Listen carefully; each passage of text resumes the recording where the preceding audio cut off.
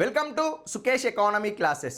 కస్తూర్బా గాంధీ బాలికా విద్యాలయ 2004లో కేంద్ర ప్రభుత్వం భారతదేశంలోని గ్రామీణ ప్రాంతాలలోని పేద కుటుంబాలలో ఎవరైతే పేద కుటుంబాల వారు ఉంటారో వాళ్ళ యొక్క బాలికలను పాఠశాలలో చేర్పించిన తర్వాత వాళ్ళ యొక్క జీవన స్థితిగతుల వాళ్ళ పరిస్థితుల ఆధారంగా వాళ్ళ యొక్క బాలికలను కూడా వాళ్ళ వెంట పనిలో నిమగ్నం చేయడం జరుగుతుంది, పనికి తీసుకెళ్లడం జరుగుతుంది. ఎందుకంటే వాళ్ళకి కావాల్సిన ఆదాయం, ఆహారం కూడా కావాలి అన్నా వాళ్ళ కూతుర్ని చదివించుకోలేని స్థితిలో ఉంటారు. కాబట్టి వాళ్ళని ఏం చేస్తారంటే బడి మానిపేయడం జరుగుతుంది.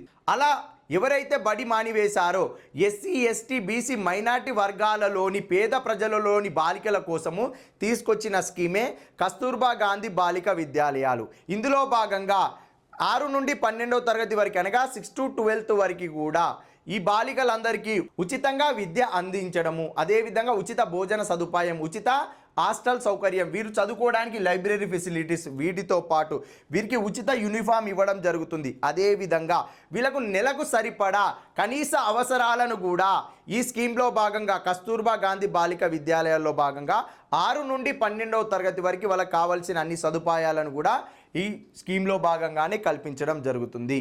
Thank you.